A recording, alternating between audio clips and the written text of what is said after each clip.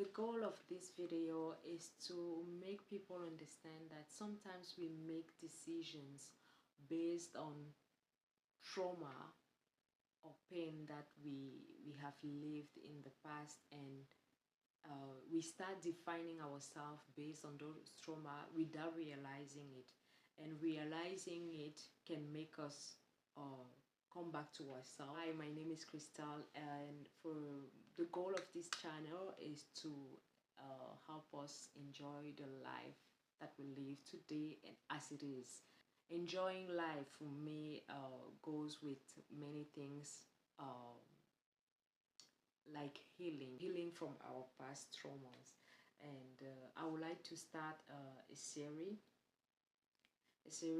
today about healing, and the first episode will be on relationship. I used to be in a relationship. I had a long time relationship, more than 13 years of being with someone. And during that relationship, I used to love to make surprises, and especially cooking new things, and see people's faces, how they react about what I cook. Sometimes it works. Most of the time it works, but sometimes it failed as well. But I really enjoy doing that.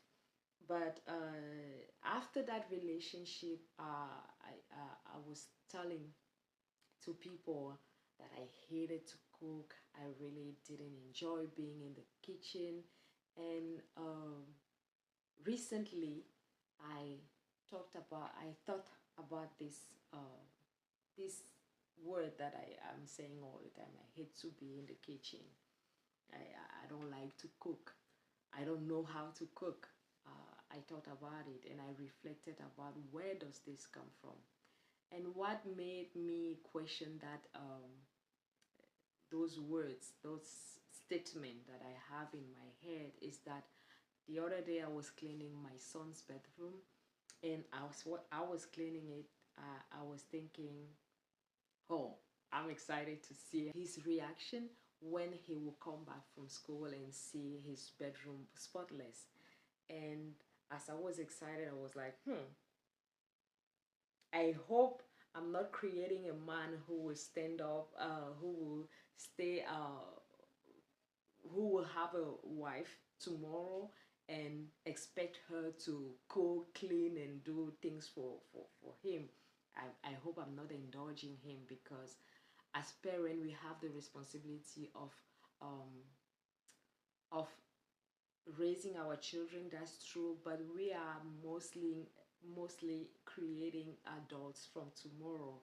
And he won't live with me. He won't live with me tomorrow. He will have a partner, and he will live in the society. So I have to make sure as a parent that I am raising him to fit in the society with rules and norms and everything. So as I was questioning myself about that attitude, that excitement, and the fact that maybe I am indulging him, I thought about the cooking part, and where does that hate of cooking, of being a strong woman who wants her men to be 50-50, or not even 50-50, but who really wants her men to do his part in the house.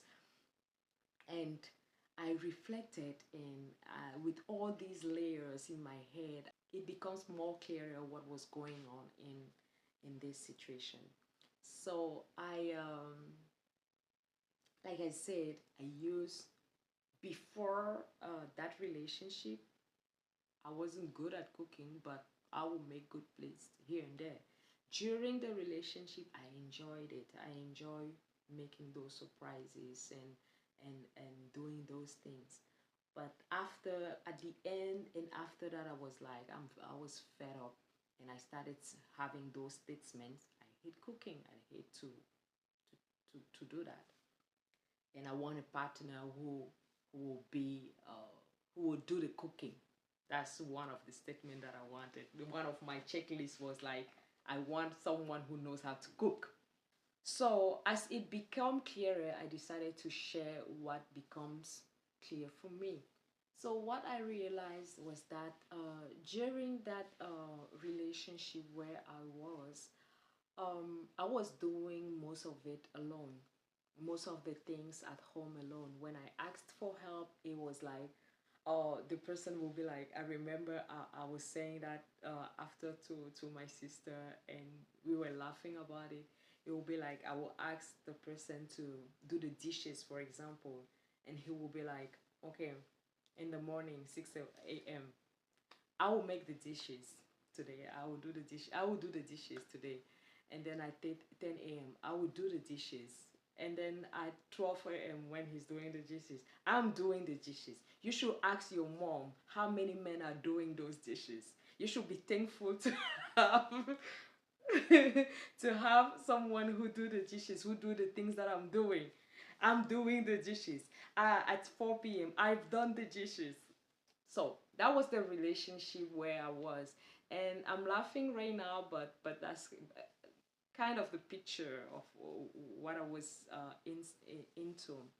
And when I asked the help, I used to be called lazy. I used to be called disrespectful for asking help for.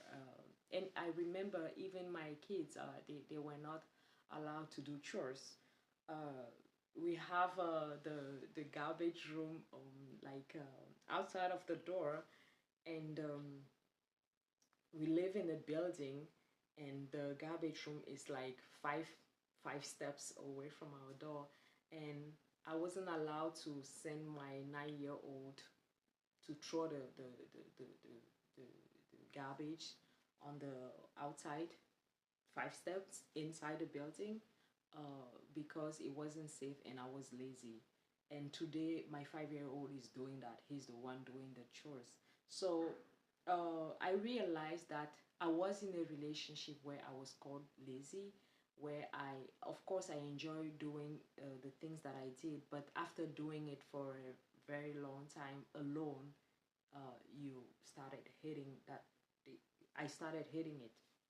As I was thinking about where the hate of cooking, or the desire to be a strong woman with a man who knows how to cook and everything, and the contrast of me loving making my son bedroom, and maybe my future partner cleaning and making food, and the excitement that I feel, the love that I felt about the love that I feel about all those things. I was like, there is a contrast here. So I realized that it's not that I don't like those things. It's not that I want to be a strong woman who wants 50-50 with her partner. Because when I compare to today, where I have to I give the education that I feel right for my kids.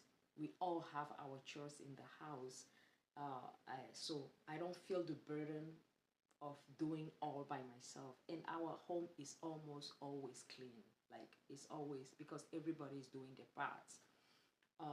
When I compare to today, when I'm sick, I have three little pair of hands around me, taking care of me. I was sharing that about in another video of little hands coming and asking how they can help, bringing blankets, water, and everything. They are doing what they can with their abilities, and oh my God, I love it. And I'm thinking about the Sundays. On top of their chores, my son, my eldest, he loves to cook. And the time that he can cook and do his creativity, explore his mind and whatever, is on Sunday, Saturday, on weekends morning. So he does the breakfast on weekends. And most of the weekends, I have it on my bed, on the plate, and I see the excitement on his face, waiting for me to be proud of him. I enjoy it. So why shouldn't, I was asking myself, if I have a partner who does all those things for me, why should I ask 50-50? No, he does what he can. Like, my son is not my partner, but I was thinking about it in my head, like, why shouldn't I indulge my son in this way? Making his room is my way of showing love. It's my, we shouldn't do the same thing. His way of showing me love is by making me breakfast in bed in during the weekend when he can. Making surprises. I love making surprises for them. Like I have this tradition where apart their birthday they are special. It's a special day. They do nothing. We bring breakfast in beds and everything. We do that. But apart from that, one day in the year, I choose one special day for each one of them, different day, where they are the prince or princess of the day and they do nothing and we do everything and we take really, all of us, we take really good care of them. So why shouldn't I do that when I have this love? And I realized that my thinking of being a strong woman who doesn't like to cook, who wants a partner who knows to cook or whatever, all this BS that I put in my mind, is not actually me. I was frustrated because of I was doing it alone. So I should make it clear in my head that I actually love it. I actually love cooking. I actually love making new plates. But for 4 years, can you imagine? For 4 years, I was cooking like an automat. I was doing things just to just to do it. I lost the joy of cooking. I lost the joy of, I would do those things, but not like before. Not like before where it was constant when I was in that relationship where I was excited to do it and I would do it at least once a month. Right now it's once here and there, not. And now that I'm realizing it, I am going back to that, me going back to those surprises. I am going back to myself. So, like I said, the healing I'm talking about is, for me, what works for me is questioning myself, asking questions, and understanding. And I just went through a process of how I'm thinking in my head, and I hope it can make you question yourself, the things that you are maybe thinking, oh, you just discovered like you have been acting up in a way that doesn't feel right, that doesn't sit right. Or maybe you don't even realize it, but I hope this video will make you question some attitude that you have, some things that you're doing now that you didn't do before. Maybe especially us women, where does that desire to be a strong woman who has a 9 to 5 and feel like, oh, my man also has a 9 to 5, why should I do it for him? You understand what I mean? Ask those questions to yourself and see where does that come from, and hopefully you can have a beginning of solution, because I believe in the fact that when you know the cause, the root of the problem, that's half of the problem is already solved. Like me, when I understood where that mindset came from, it was easy. Oh, that's not me. I'm not, if it's that the definition of a strong woman, someone who wants 50-50 with her partner, I'm not a strong woman. I'm weak. I'm weak. I admit. I just hope to find a partner. If I find a partner one day who will love me in a way that I feel loved and appreciated, right? But those things that I want to do, cooking, cleaning after my man, oh my God, I will enjoy it. I am enjoying it right now. I enjoy doing that for my son, and I will never ever again trade that for anything, because that's life. That's life. That's life for me. Enjoy this little moment, and my joy was stolen for 4 years, 3 or 4 years, and I won't let that happen again. And I hope you won't as well. See you in the next one.